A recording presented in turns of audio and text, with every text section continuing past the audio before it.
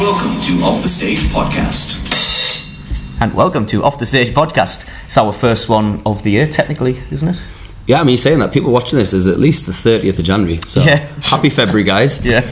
And going to be very rusty. So we do apologise, guys, that you're all sort of like tester animals for for this one. But yeah, with us today we have Checkmate. You remember how to press the buttons though, good lad. So, which one is the best at chess?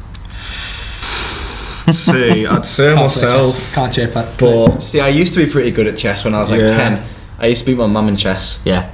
That's not much of an achievement, but Other than that, I've not really played it much. I can't remember how to play it. I've recently got myself into a medieval board game thing, right? Which is like, it's kind of like checkers, where you've got attackers and defenders, and Nefertafel. Like a king piece in the middle. Yeah, Nefertafel. It's an old Viking one. I know it very well. I'm the only person who knows how to play it. So now I know someone else who plays it now. I'm absolutely. fairly decent at that as well. I'm shit at it. So when we start our OnlyFans channel, we'll have that little bonus of Nefertafel. Yeah, Nefertafel. It's the same thing. I think my chess achievement, I was the chess champion in year 7 because I was that cool. That Nefertafel game, I reckon it's a bloody good game. It's a lot of fun. It takes a lot of strategy and stuff. Do you guys know what's going on? Yeah. No? You know Nefertafel? No. All right, okay. I didn't mean with the room. So individually, who are you guys? What do you do in the band? I'm Adam, I'm lead singer, I play guitar as well. I'm Jack, I play lead guitar. I'm Alex, I'm the bassist. I'm Miles, I'm the drummer. Cool. And whereabouts are you all from? I'm from Middlesbrough. Stockton, same sort of. I'm also from Stockton. I'm from Yarm. Yeah, it's not too far away from each other. That's right. So, how did you guys meet to become a band? Were you just on the scene, or? Me, Alex and Jack have been playing for quite a while. We were all in like different bands at the time. Those two were in a band called Rare Breed, Right. and I was in a band a few years ago called Monkey Brain, and we used to play gigs with each other like 4 years ago now. And when I started this, there was different members, and I was like, it just wasn't gelling, I guess. And like they've all gone on back to their own projects and stuff, and I was like, I really get on with these kids. I'm gonna ask them if they want to join, and they were just like, yeah. And then we found Miles quite recently, and he's joined the band and completely transformed everything we were doing. Awesome. Mint. That's like band 101. As long as you get along with each other, it should make it easier, innit? Yeah. Songwriting just goes so well now. Yeah. It just rolls so easy. We wrote our last song at practice, and it was like we'd already known the song for like years. It just flowed out. It was good like that. So what kind of songs do you like write and play and stuff? What would you sound? I've noticed you got a Blink T-shirt there. Is that like a similar? Is that where we're the kind of? No, with this band, this is more of my other band's vibes. Don't kill James's dream. I'm a big Blinky. I suppose the similarities. I was always a punk singer, but like I was brought up on like indie and like stuff like. My brother brought me up on like Oasis and The View and bands like that, and I was like, I really gel with this. Like, it's what I was brought up on. It's what I want to do. But there's always the punk element. It's always. I don't mean to be fair. Like Oasis and The View, they are kind of like rough around the edges anyway. I wouldn't call them punk. Obviously, I'd get my head kicked in by the punks, but like they do have that kind of like edginess about them. Like I don't know what they do anyway. I'm really into like Black Flag sort of stuff. So I kind of try and bring that into the songwriting as well. So we got a track that's really heavy, and it's just completely not the same style, but it works so well. Because just all them influences. I guess that's what makes us good as well. We all get along so well, but we all listen to different music, and it just all combines into one great like sound. Definitely. Bring your own sound to the table, and it mashes up and gels into something completely different. So how does songwriting work with the band? Is it one person comes in with, look, I've got some lyrics, or is someone like, I've got a guitar riff, or it's mainly you, isn't it? It's usually I've always been a songwriter and like a lyricist, because I used to sit at home and like write poetry. Nice. And I find ways to like incorporate that into the songs, and then I show them like this base idea of what everything is, and then they end up writing some crazy shit, and it just like it all comes into like all of our feeling into like one song. Yeah. You know, like, because I feel like what I've noticed with some other bands is they feel like we're gonna sit and we're gonna write these songs and we're gonna get sorted before this gig, and there's not the focus on the songs that they want to get out. And I feel like you can do so much if you focus on that one song at a time, and it comes out the way that you want it to. Yeah, it's the opposite of what I do. I'm terrible. I'll write half a song and go, oh, I want another song now. I'm the exact same. I've got hundreds of songs, I'm just like left. I get like 2 verses in, I'm like, this song's just dog shit. And everyone's like, you've got to finish the song. I was like, I can't. Yeah. That is such a bad song, I'm not touching it. To be fair, there's a reason like majority of my songs are 2 minutes long. It's because like I haven't written the last bit of it yet, so I'm just like, oh, that'll do. I'll just. We were sat writing a song the other day, and like we found like what I've noticed with our songs is because there's always a way to like bring it back to what it's meant to be. Sometimes the song can last 3 minutes, sometimes it can last 6.5 if you want it to. Yeah. And like, I mean, it's good if you want to fill out a set, really. Yeah, that's fine actually. Yeah, that's one thing I've noticed with us. We're quite good at judging the audience together. Yeah. So we're kind of all just we've got that. If Nero's got that look, it's like, all right, we're doing another chorus. Yeah. You know, another 2 times round, and the crowd really enjoy that. Yeah, we can play off each other very well, so it always goes well. I think that comes with like knowing each other for such a long time. Like, being on the scene together, it works. Yeah. I just keep drumming till the song's done. So how long just look at people, just that's it. How long have you guys been a band for then, as you four? Probably like 2 months now. Yeah, 2 or 3 months. Yeah, 3 months. So yeah. And how many gigs would you say you've done between you since then? One. Just the one. I went into like 2 hours practice, so I had to improvise the majority of it, but it went alright. It went great. I think really it's one of my favourite gigs we've done. Yeah. Sometimes the best gigs are like the improvised. There's a little bit of chaos there, and it was really fun. It just adds a bit of gives you a bit more momentum. You're always kind of looking at each other, and it's I think I've had worse gigs when I've planned it step by step. And I'm like, it hasn't worked. I feel like that's my main issue. Is like if I'm sat and I'm like, I'm going to focus and like I want it to turn out like this, it never does. Yeah. It's got to come naturally, like in the moment and stuff. And I think that's what makes the most memorable moments during gigs. Things that just you think of right there and then. Yeah. Absolutely right. And then as well as gigs, obviously you were saying you guys write your songs as well. Yeah. We just want to know what would be the most personal song that you've written, whether it's released or not, but whether it's individually or if you've all got different ones and what they're about. Mine is a song we've got called Hellbound. It's a song about a toxic relationship, not just with a person but with alcohol as well. And it's about how like no matter what you try and do, you always find yourself falling back into it anyway. Yeah. Because it's so much easier to look back than it is to look forward. Yeah. Speaking of alcohol, what's everyone drinking, by the way? I've got a stout. Stout, nice one. Is that the cake walnut one? I'm not sure. Okay. Stout, please. We change them every week, so it's just like so we can have a guess. And we try and guess ours. We have like mystery pints. I'm 3/4 of the way through that one. But you reckon you've got? I don't know what this is. What we'll go around the band first. What's? Me and Miles aren't actually. We aren't actually drinking now. Yeah. We're just chilling. There's a break in a few minutes. Don't worry.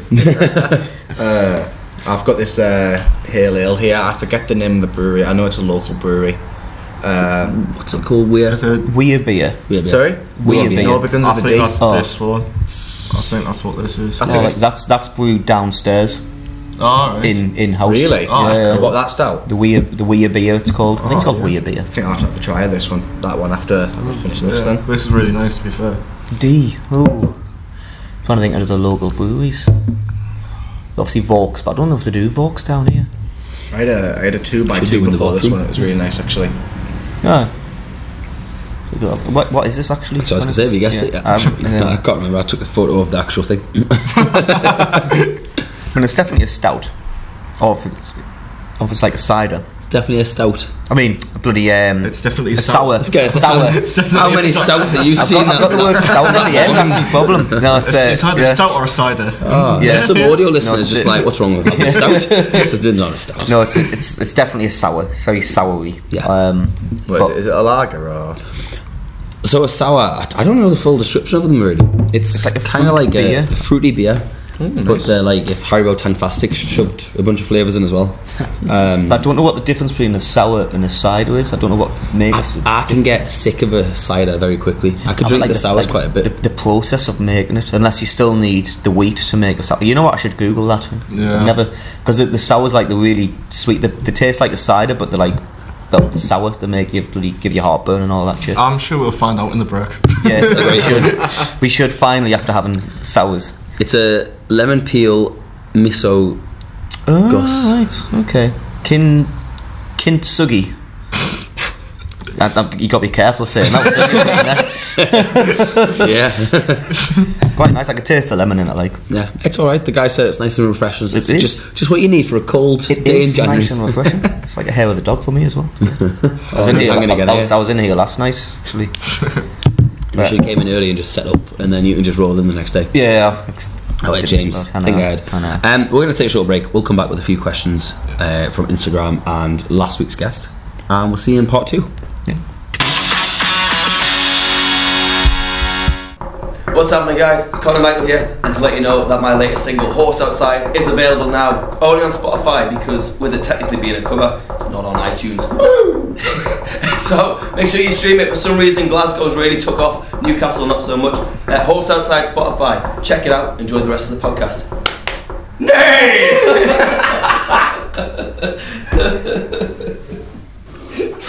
3, 2, 1.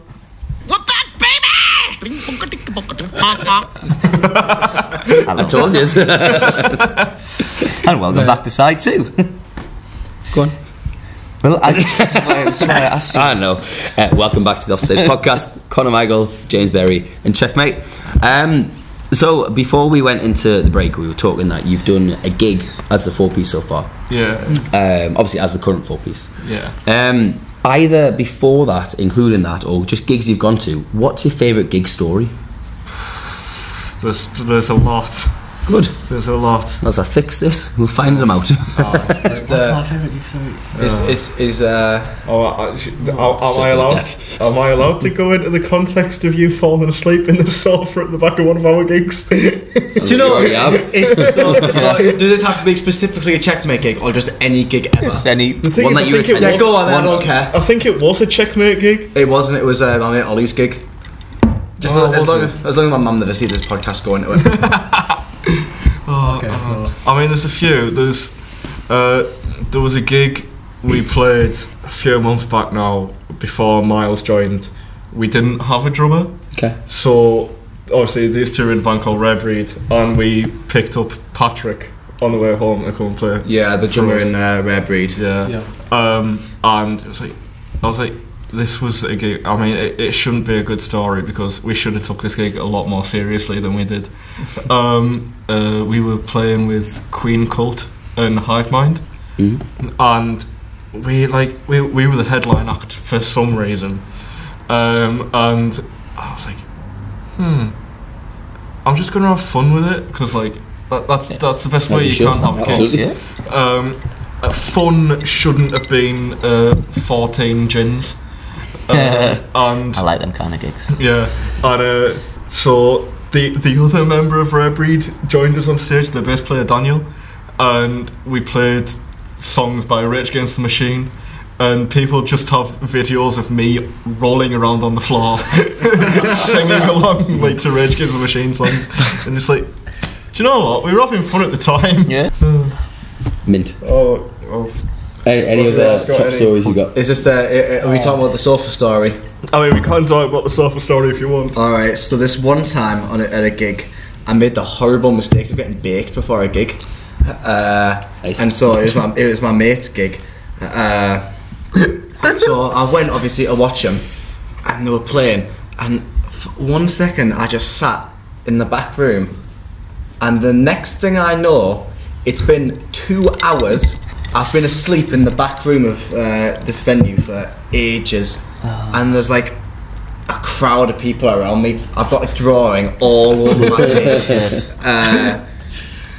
I go outside for a second, and Nero's like, Adam's like, "Oh, are you high, mate?" And I'm like, "No, mate, I'm chilling." And I'm just like, "Oh, come on, thumb is shaking like that." It was even better. The people that are going to watch this on YouTube are the only ones that are going to see this, sadly. I went, "Are you alright, Alex?" And he just went, "Yeah." There's photos of me with like drawings on my face and stuff, and like I sleep in the back room and stuff. It's crazy. Don't do drugs, kids. Yeah, don't do it. No, don't. At least not next to Sharpies. Yeah. Should come with a caution sign on those things. Yeah. What, Sharpies? Yeah, Sharpies. Not next to weed. So today I put on an Instagram story to kind of see what people wanted to ask from you guys. Yeah. We got 2 questions come through. One from @mimbo.number5. Mimbo number 5. Anyway, I'm not going to go into that. Okay. When are you recording music? We are. We are. Swish. We're currently in the studio recording our first single, which is going to be the song that we perform later on. Which studio are you using? We're using Bede College. It's where these two go. Yeah. Oh, they've got a studio now. Yeah. I've been producing for like maybe 4 years now. Cool. He's crazy. I produce all the Red Breed stuff. Yeah, he produces his own band stuff. It's really good. It saves you a lot of money. Free studio time. Great producer that is already in the band. You can't lose. You've got to praise him before he starts charging you. Oh look, guys, I've got to pay for the electricity. So I went to Bede College back in the day, and they never had a studio. Really? Back in your day, they only had like slate and chalk. And they did, yeah. You just get the teacher with a chalkboard like hitting you and shit like that. That's how I am. Learning how to record on pen and paper. Yeah. You're doing like vinyl and braille just to get it right. Well, back in my day, it was like you didn't even have phones. Like, one kid would have a phone and like be playing Snake. There'd be 15 of us kind of like perching over. They're like, how amazing it is for this kid to have Snake on his phone. For those that it was on the Nokia. Them days. Yeah. I'm weird. I was playing Nokia on my phone at age 10. I had a Nokia phone up until the age of 12, I think. That makes us feel old. That. Yeah. That's because I am. And the late 1900s. Speaking of like old dinosaurs, @Mrs. Berry Insta said, "What's your favourite dinosaur?" Oh, that's a good I thought you called my wife an old dinosaur there. I was like, what? That one with wings, the pterodactyl. The one with wings. Oh yeah. T-Rexes could have wings. There was a few with wings, like the pterodactyl, I think. This has me talking about something that I learnt earlier. So I don't know why I've got a thing for like watching weird podcasts and like finding stuff out that grasshoppers have been around for 250 million years, even though grass has only been around for 55 million years. So does that mean about 195 million years ago they were just hoppers? Yeah, like clay. How's grass only been here for 55 million years? Well, it's throw off. It's like an evolution thing, isn't it? What was before grass? Before grass. So what happened was it was all just dirt. It was like coral underneath the sea. Everything began in the sea. Oh, it was all purple. And eventually, as the moon was created and it sent the tides over. I'm giving a proper history lesson. I'm loving this. Used to go into these like little beds and stuff because the waves used to hit it over, and then when the sea went in, then the water would dry out and it would leave the plankton and the pollen, and that would eventually evolve without the need for water and go into what is known as glass. Was the moon created? Well, there's a theory that Grandpa James. there used to be two planets, and they used to orbit the Earth, and then one of them crashed into another, and the debris thus created the moon. Also, that's the theory. With the whole coral and no grass thing, trees used to be like tiny little things. Yeah. And and they were actually like dwarfed by mushrooms. Like the plant used to have like giant mushrooms on it and like tiny little trees. Because they still talk to each other, mushrooms and trees. They've got electrical signals that go underneath the ground. I saw something where like there's a type of mushroom in like Australia, and it's like miles long, and it doesn't let any trees grow. Yeah, it's like and that's why like meadows are a thing or something. It's because there's this massive like organism of mushrooms underneath. Just doesn't let anything else. Just takes all the flipping space. Takes up all the nutrients and stuff. Do you know why the trees started to grow? It's because they used to compete. This is going to be just really let you are tuning into a music podcast. We are not Brian Cox. So just having a herbology lesson. Brian Cox is a musician, so like Can I just ask? Do you guys believe in aliens? Yes. Okay, cool. I'm surprised that question hasn't come from the guy wearing the Blink-182. Yeah, true. Aliens exist, by the way. Tom proved it. Yeah. What about ghosts? Well, there's a ghost. This brings us to my next question. Is this pub really haunted? Because she's been on the podcast a couple times. Is it Mary Ann Cotton? Yeah. Because she kids with arsenic. Yeah, it was like 11 kids, right? Yeah, something like that. Well, mainly husbands. It was the reason she did it was because she made them sign like a in the will. She used to give all the money. Then once they signed the will, she used to lace her with arsenic, kill the husbands, and there was like mysterious death. But nobody clocked onto it until one day when this guy was like, "Hang on, isn't this like their 11th husband or something?" And they were like, because they didn't do autopsies back in the day. They just if they die, they just people died 30 then as well. Yeah, the exactly. lads mentioned this to me, and I was like, I'm sure I've heard this story before. But there's a very similar story. There was this place I stayed in the Lake District, and this house had like a couple that lived there, and they had like 11 children who they'd done the same thing to. And apparently there was a room that if you went downstairs and if you stayed there long enough and you looked at the ceiling, you could see the 11 faces.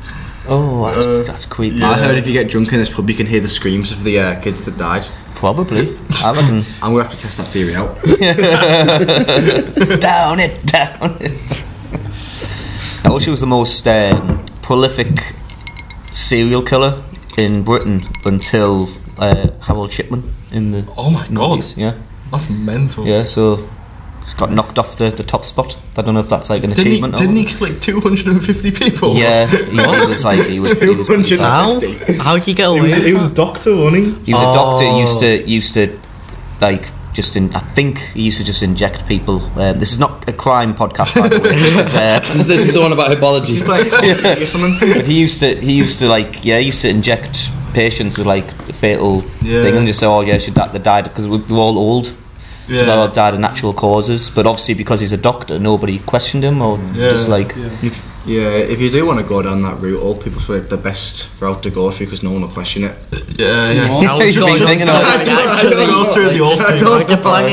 That's actually like the more I think about it, the more suspicious it sounds. Saying that, I want to clarify, I'm not a serial killer. Okay, it's exactly what one would say. This is going to age really badly. We're going to see you on the news next week. It might bring more views to the podcast. Well, there you go. It's true. I think the fact that we're going to caption this is like Crime Watch podcast. Crime Watch with the plankton.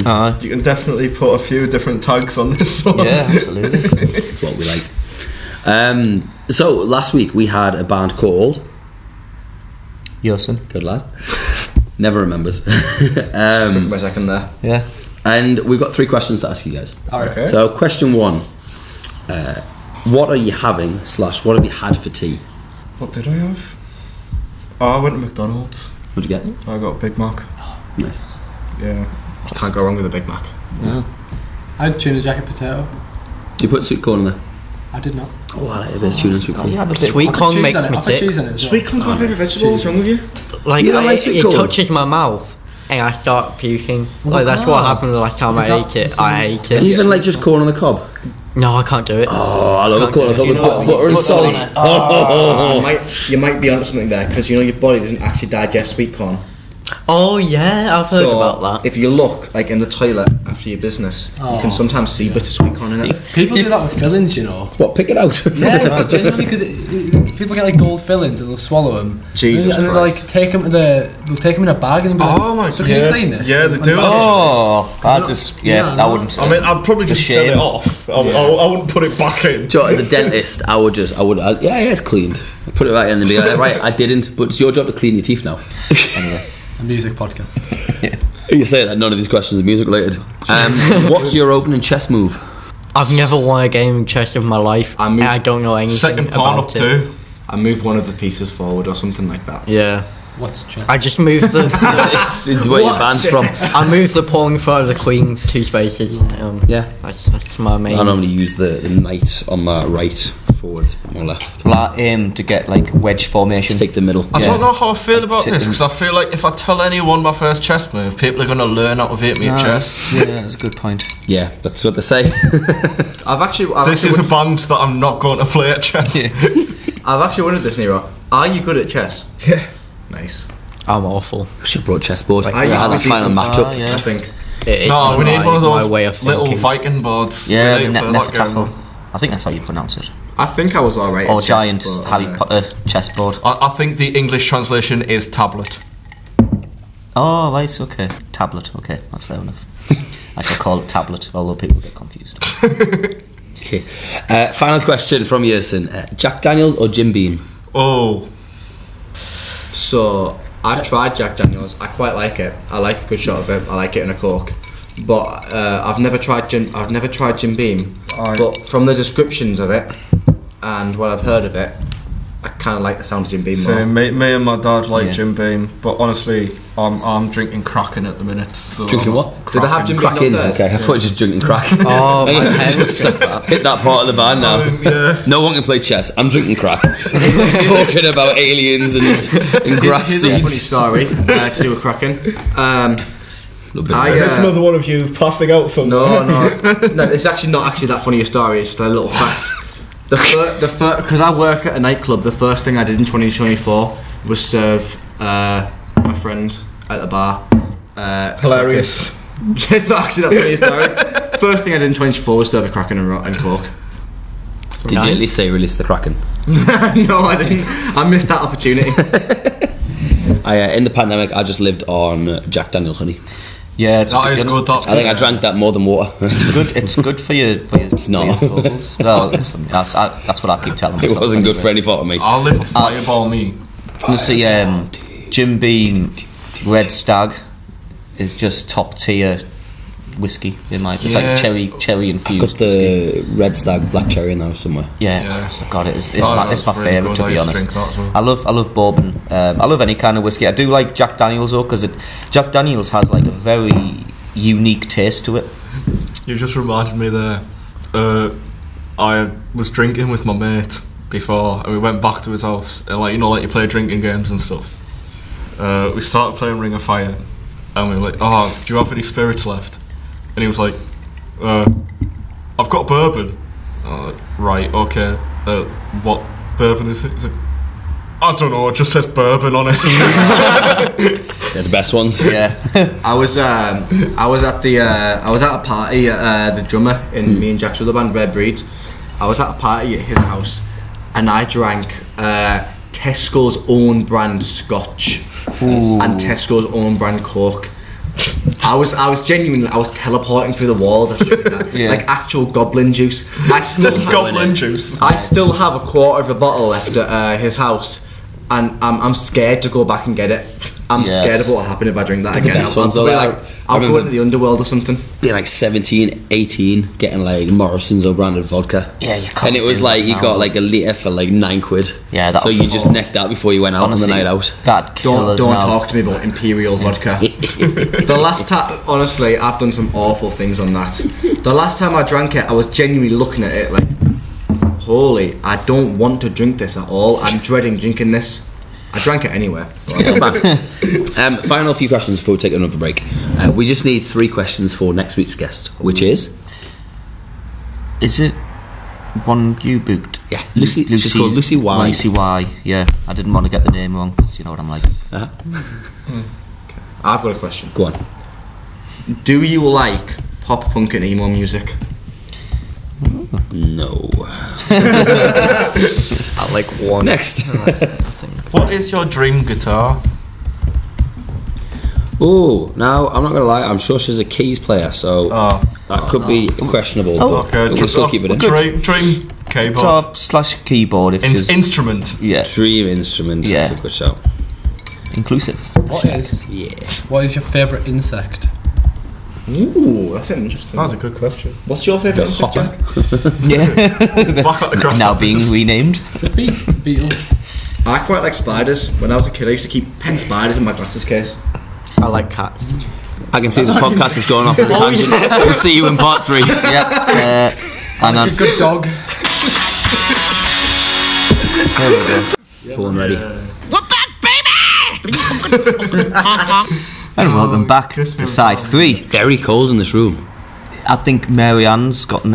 Someone's pissed her off in the last part, hasn't they? It's just got really cold. Jack, Either that or the window's open. no. The ghosts are here, Jack. It did have the heating on No, it before, was me and you turned it off. and I turned the heating off because it makes a horrible sound. I know. So just like just See, I think that's just an excuse, man. Yeah. yeah. It's probably it's. high ceilings, plenty of room Don't for take a for like ghost to random move drinks.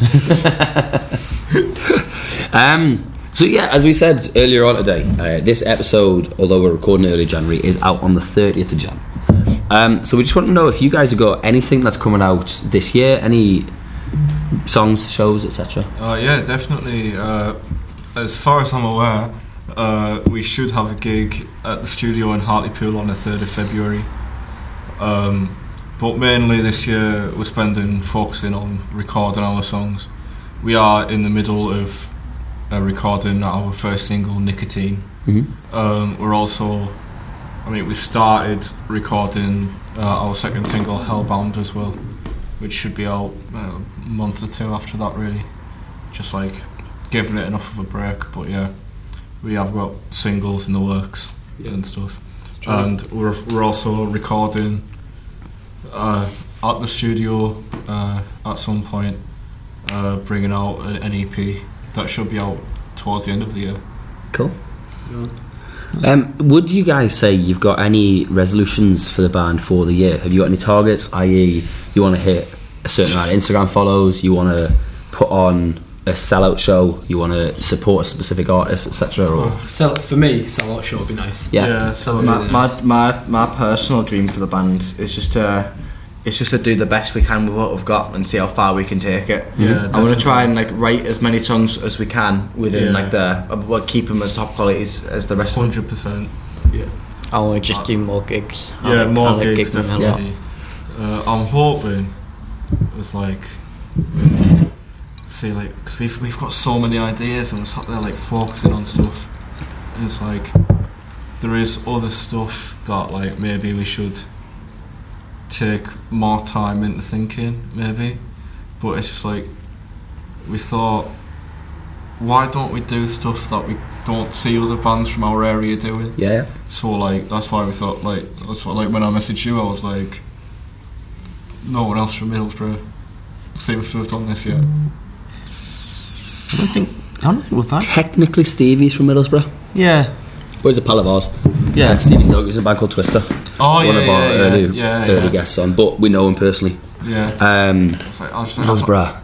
Crawley, are they from there? No, I don't think so. No, there hasn't been many. It is. I mean, it's a fair. We've had Durham, but it's a fair trek, really. Like it's good. 20-30 minute drive, isn't it? We do apologise if we've forgotten a band that's been from Middlesbrough. Yeah, if you have been on the show and you're from Middlesbrough, like, let us know. You should come back on. Because we do try and represent the whole of the North East, really. It's to be fair, we try and represent the whole of the UK. We can just get to the North East now. I wouldn't be opposed if some London band came up and tour and wanted to come on. Like, yeah, be a long drive from London to Sunderland, mind, to be on a silly little podcast like this. It's the best podcast. It's a great podcast. Yeah, exactly, guys. Very good podcast. I do feel like when you're marketing a band, I feel like a thing with some local bands is they market themselves specifically as a local band, if you know what I mean. And I feel like that's what holds them back from like reaching that next level. Whereas I feel with the best way to market yourself is just a band. Just a band that could be from anywhere. And you've got to not be concerned about where you're marketing to, because it could be from Stockton, it could be from London, it could be from Finland. It's still people like listening to you. Do you know what I mean? And people that know your name. That's true. Would you say there's anything in 2023 that you've learned as a band, either next time we're going to do that, or we shouldn't have done that? Or? Yeah, definitely. I've looked back at gigs and been like, we could have been a lot better if I wasn't hammered. That does help. I think I remember saying there's a 75% chance of me being drunk at a gig, and like a 90% chance of Adam being drunk at a gig. Yeah. For me, it's but I feel like that makes it. I think that adds to the energy. I think it makes it fun. I think got to have a balance. It's 100% again. So when I first started out, I'd have a pint for a gig, and it gets you past your crowd nerves, and you're in your own zone kind of thing. Dutch courage. But I was reading like an Ed Sheeran book, and I'm similar to him in the sense that I gig with a loop pedal. I do the whole live thing, and he said he used to have a drink for every gig, and then there was just one gig where he had too much, and the show was just shit because he was getting it wrong. He was just too drunk to do it, and the crowd booed him off, kind of thing. Since then, he doesn't drink with a show, but he drinks after.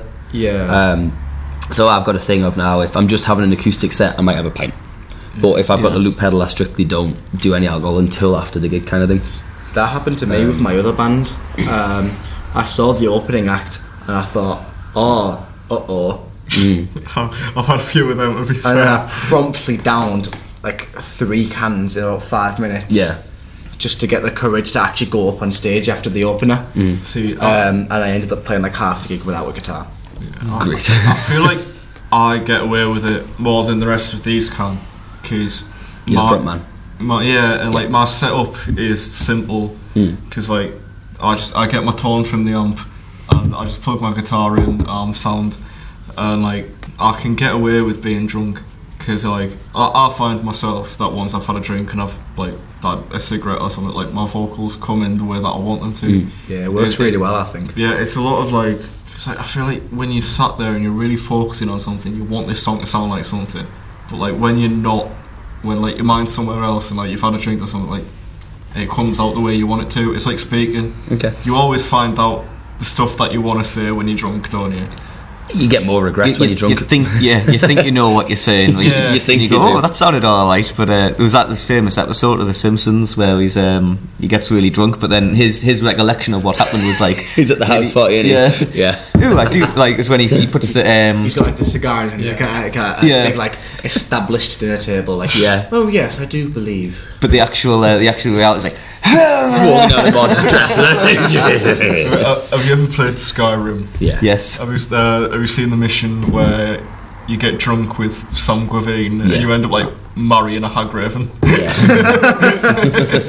Just moving to like goals for like this next year though.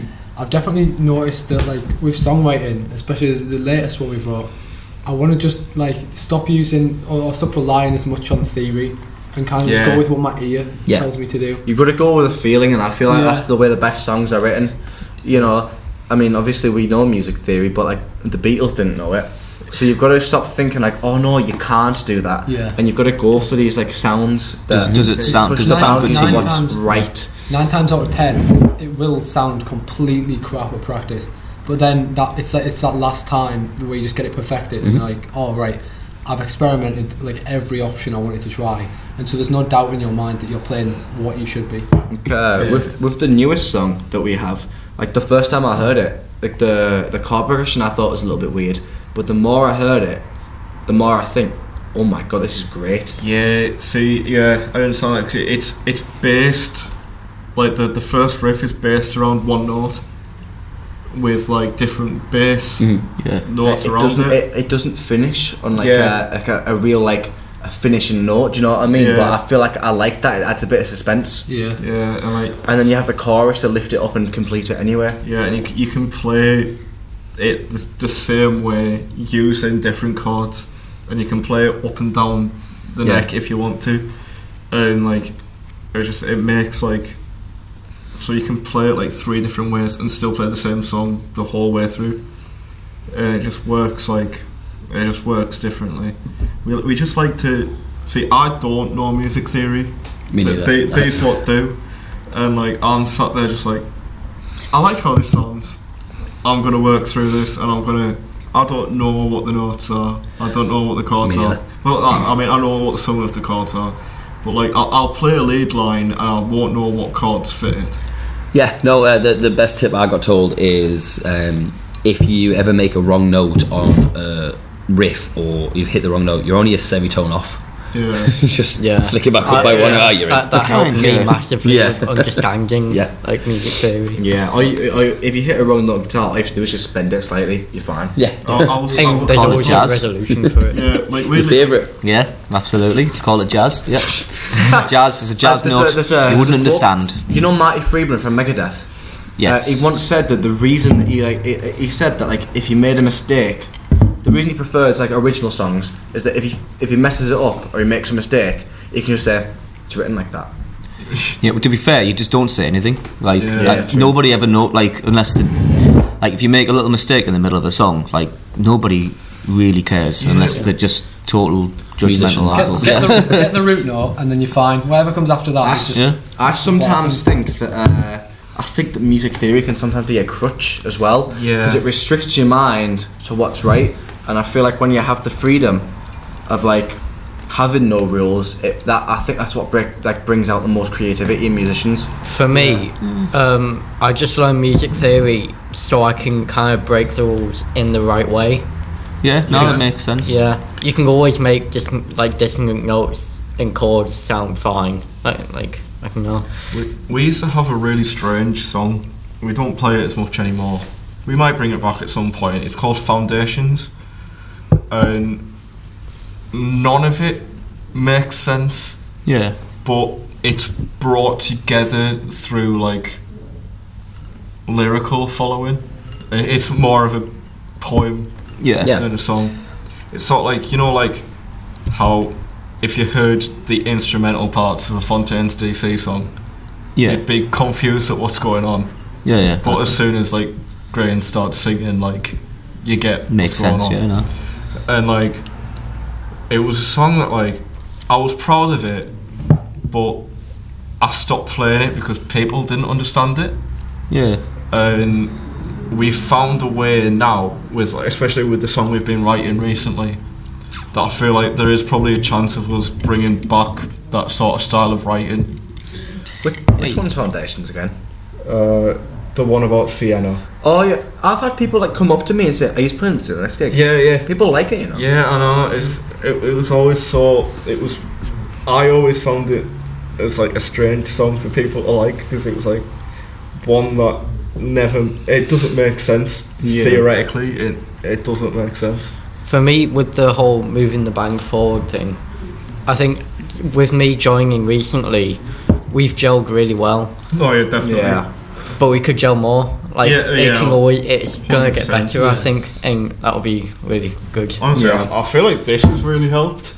Like coming on and doing this and like being able to even like in between, like stretching your comfort zone. Yeah, like and like having like these little bits in between, like just go downstairs and have a drink and talk to each other. Like we're getting to understand a bit more like who we are in like a setting like this, because it is the same setting as what a gig is, because realistically you are just going to go to the bar and then go up on stage and like do what you do. We said the podcast is meant to be more than a radio interview. You go to a radio interview, the guy's like, so where are you from, where's the band name from, what's your favourite song, what's your influences, whereas this is like have a pint, chat, talk about grasshoppers being hoppers and I kind of treat this like as the equivalent of doing a gig, because the purpose you do a gig is obviously you do because you're a musician. But it's getting people to know who you are and stuff like that. Obviously it's to play music and enjoy yourself, but the promotional part, the thing is doing this is quite similar to playing a gig. So that's we play gigs every Monday. I do. I've got one in, You've got one in an hour. Just quickly to wrap up the pod, we just need a quick local artist shout out. Is there anybody you think that somebody should go check out as well? Are we all allowed to say a few because we've got many? Ooh, define few. Well, one each. Go on then. Well, I was going to say one from both, because obviously we're not from here. Are we allowed to say one of our local and then one local here? Yes. I've got a shout out from Middlesbrough, a band called Plateau. Those guys are insane. They recently for Christmas did a cover of Driving Home for Christmas by Chris Rea. Yeah, that's cool. And it's so different to the original, but it's so cool. If you can go and stream that, it's insane. Go and listen to it. He was from the boat, was he from? He was, yeah. My mum used to hang out with him actually really? when we were and also from round here, we played a gig at the Globe in Newcastle. Oh yeah. We played a gig with. Now I'm making of it. He's got something come out soon. Yeah. We played a gig with Cane Rouge. Those guys are insane, and Wrong Since '81, who you have. Oh yeah. Yeah. Absolutely insane. Really cool guys. Really down to earth. Still speak to the guy from Wrong Since '81. Like your messages on Instagram. Yeah, and, like, cool. He's a good man. Really nice guy. Really nice guy. Yeah, for me, it's got to be the duo, the punk duo, Mouses. They're just You stole Martin Jack. Oh, bro. No, they are so good. They've just released some new tracks. My favourite is Illusion. It's honestly, it's just so unique. Yeah, that's awesome. Me. I'm gonna go for. I've had a couple in my mind, but I think I've got to go with the OGs. I'm gonna have to go with this band All Before. Yeah. The metalcore band. Yeah, I used to know them back like when they had they were the old band name Nephilim. When me and Jack played with them back in 2019, and they've recently come back with a new name, All Before, and it's sick metalcore. Insane band. Insane. Mine's probably Raising Romulus. Yeah. Because we're actually me and Miles are in a band called Hayes as well. With the bass player from Raising Romulus. Yeah, he's amazing. He is really good. But the reason I like them so much is I'm a bit of a time signature geek, and they do some like crazy shit with their time signatures. Yeah. So like when I'm watching them, I'm just like, what's going on? It's great. I love them. It's like crazy math rock shit. Like it's crazy. I'd get so confused. You'd probably be confused with mine and his other band as well. Yeah, it's like are so good. It's like metalcore. They've gone to like mathcore kind of stuff. It's really cool. I saw Raising Romulus at a gig at the Westgarth. And rest in peace, Westgarth. I know, rest in peace, Westgarth. It was actually one of the last gigs ever at Westgarth. And Raising Romulus came on the stage, and 1911 to like 2021 or something. Oh, it's a shame. But yeah, I was at this gig. It was a Grooves for the Foolish gig, and Raising Romulus were playing. And when they were playing, like no one was at the front. Everyone like went out for a fag break or whatever, and I was sat there watching them. And I was thinking, holy shit, a Midwest emo band. Yeah. Like, and I was I was like absolutely locked in for their whole set. Like the things they do are so like crazy and advanced. I was talking to Alfie, the bassist from Raising Romulus, and he was saying like one of their songs had like 17/4 as a time signature. Like, how do you even? Even I can't like. I want to see. I want to see them again. Absolutely definitely. They're such a good band. This 17/4. Yeah. That'd be. So they obviously like subdivided it all, but yeah, because that doesn't even subdivide. That's like they would have been playing like half of 17, 5 and 7, 8.5, 8.52. Fun it's fact. Like similar signature. That's I mean, realistically, that's just all on high. I don't know what you just said, James. Whenever you want to. So just on the final push of giving local artists a shout out, if people were to find you guys, what's your social tags? We are Checkmate Band on Instagram. We're also, I believe, Checkmate Band UK on TikTok. We haven't posted anything yet. No, it's we are Checkmate Band still on TikTok, isn't it? Is it? I'll double check right now because he's following me. We made the Checkmate TikTok account. We haven't posted anything yet. It's tough to keep on top of. But yeah. The Rare Breed, these guys are mental on TikTok. They've got some cool Jesus Christ. You don't know the struggle of like marketing your music until you have to post to TikTok every day. Yeah. Horrible stuff. Do not follow us. Do not follow us unless you want to get the same song blasted to you for 6 months straight. What music TikTok is, really. Yeah. Yeah, it's definitely We Are Checkmate Band on TikTok. We Are Checkmate Band on TikTok as well. Yeah. We Are Checkmate. And for those who are looking for people to follow us. We are at Off the Stage UK. Instagram, Facebook, Twitter, TikTok, etc. We will get a TikTok eventually. Yes. Next music podcast. Thank you very much. Yeah. We've started doing a song of the week. So far as we've recorded this, Matt Fairley and Alex James have been our 2 picks so far. As this comes out, there will be 2 more. I'm still in the process of deciding which they're going to be. But you can email us at Off the Stage OTS Submissions. I love you, James. At outlook.com. Is it .com? Is it .co.uk? .com. Oh, look at that. OTS Off the Stage. Submissions at outlook.com. Send us the song, obviously, and we'll get back to you if we can put it in Song of the Week. What we're doing is every Friday is a local artist have a Song of the Week. Alex James is incredible. Really good. He was as this comes out, maybe 5 podcasts ago. Yeah, something like that. I was watching it. It's really inspiring. Like listening to him speak about like even just like when he was talking about like bunker and like going to these venues that like do the stuff to cater for it. It's just like it's really nice to hear that there is places. Exactly. Because I know there's venues that don't. Yeah, too many venues that don't. But yeah, if you want to find out what we're talking about, go back and listen to the Alex James podcast. Yeah, absolutely. The final question we've got for yourselves. What song are you going to play for us? We are going to play the single that we are going to release. It's called Nicotine. When's that out? As soon as we finish it. End of February, End early of March. February. Spot on. Keep an eye out for that. Thank you very much, Checkmate, for coming down. Thank you. Thank you. Make sure you drop them a follow, like this episode, and we'll see you next week. Yeah, absolutely. See you later.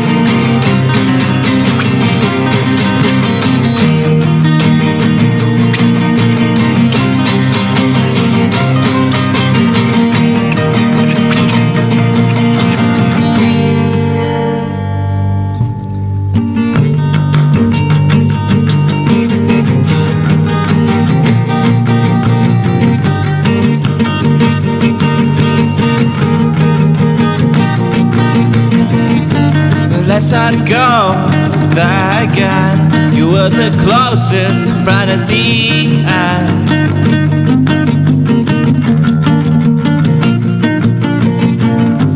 Let's not try to pretend you didn't drive us around the end.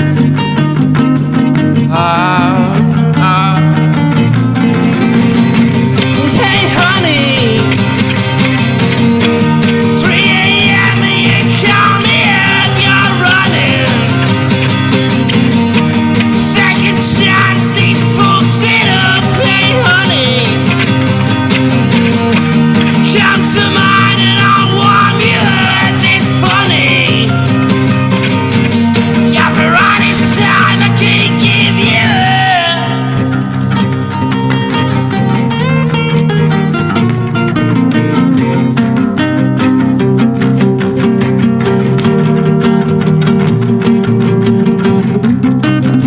And baby, come pick me up, 'cause you know that I'm easy. You know that my head's fucked. I love you, don't leave me, please. Just give me one last chance. I'll show you my last dance, my last dance. Hey honey, 3 a.m. and you call me and you're running.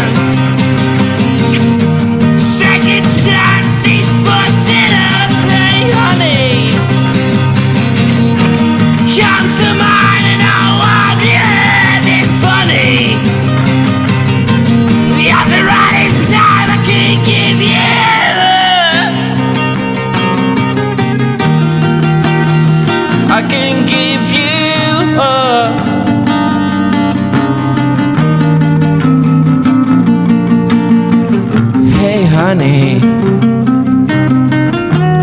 3 a.m. you call me up, it's funny. Second chance, he's fucked it up, hey honey. Come to mine, I'll warm you up, it's funny. After all this time, give you up, hey honey.